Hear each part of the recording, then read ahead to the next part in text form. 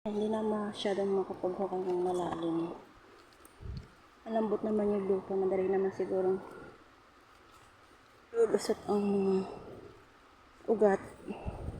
Sana mabuhay ito kasi nasira ko yung kabaak.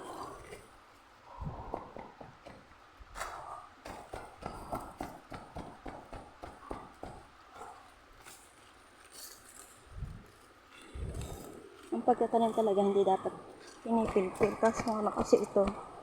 Kaya pinilpil ko kasi pag umulan, wash out yung lupa kasi nabuhaghag.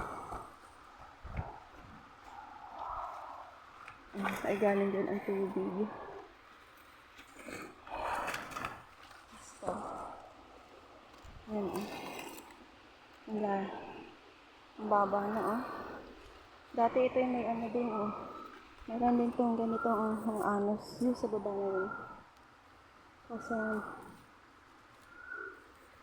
naputol yung iba kaya ayun. Nakabuhal dito ang anos. Akin lang. Tatagpasin.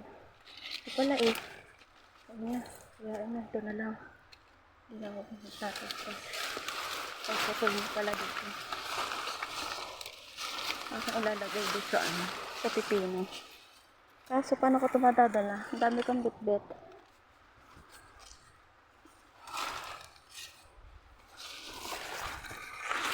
Niyog pa ako. So kapag dala mo akong niyog,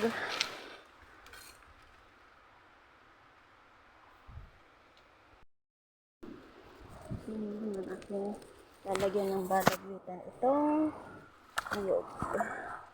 Kamanghulag.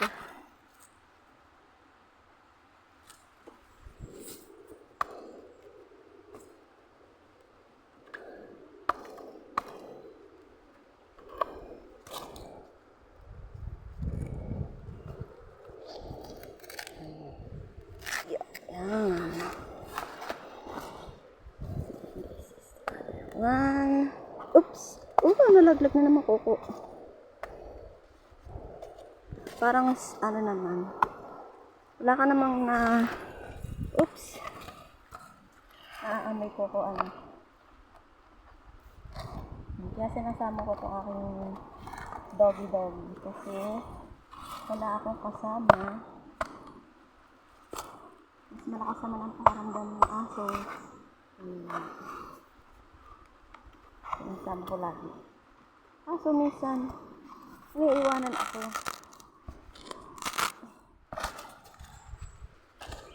Una pang umuwi sa akin. Siguro naiinip.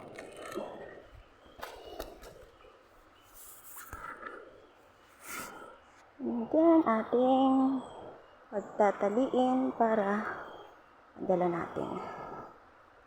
May sako naman ako sa taas.